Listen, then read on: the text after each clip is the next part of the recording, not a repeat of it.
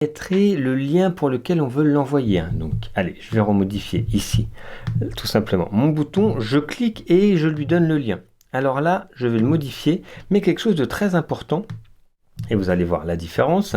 Je vais faire 2 boutons, je vais en faire un autre comme ça. On va avoir, hop, un autre test. Et vous allez voir la différence. Allez, je le mets ici, ajouter du texte, autre bouton. Alors, là, ce que je vais faire, je vais mettre le lien. Et ici, c'est très important de mettre http et la direction que vous voulez. Ok, donc moi je remets Google, mais ça pourrait être n'importe quoi. Ça peut être l'adresse que vous voulez. Ok, donc là en fait, c'est là où il y a la différence qui va être notable sur ouvrir un nouvel onglet. Quand on va mettre en fait http ça va vraiment ouvrir un autre site. Si vous allez voir, je vais mettre ici le lien, je mets juste www.google.com.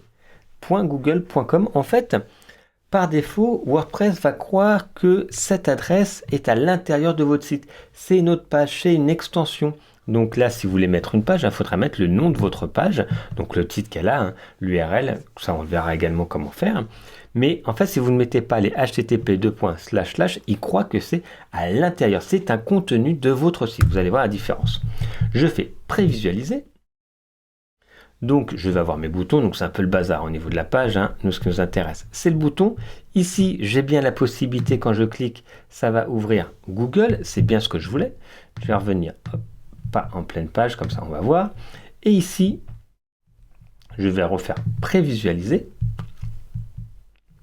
Et là, ce qui se passe, la différence, c'est que si je fais un autre bouton, là, vous voyez, moi, c'était l'adresse par défaut, c'est une adresse test, mais vous voyez, il a tapé cet élément-là. Il n'a pas tapé ce qu'on avait fait, qui était, je reviens en arrière, qui était le point Google, mais il a bien cru comprendre que c'était tout simplement un élément, je vais le sortir, voilà, un élément qui est à l'intérieur de notre site. Donc c'est très important. Vous voyez, il fait slash en croyant que c'est une page qui est à l'intérieur de notre site. Donc c'est très important de bien mettre le http quand vous faites votre bouton. Donc bien avoir la bonne destination de votre bouton.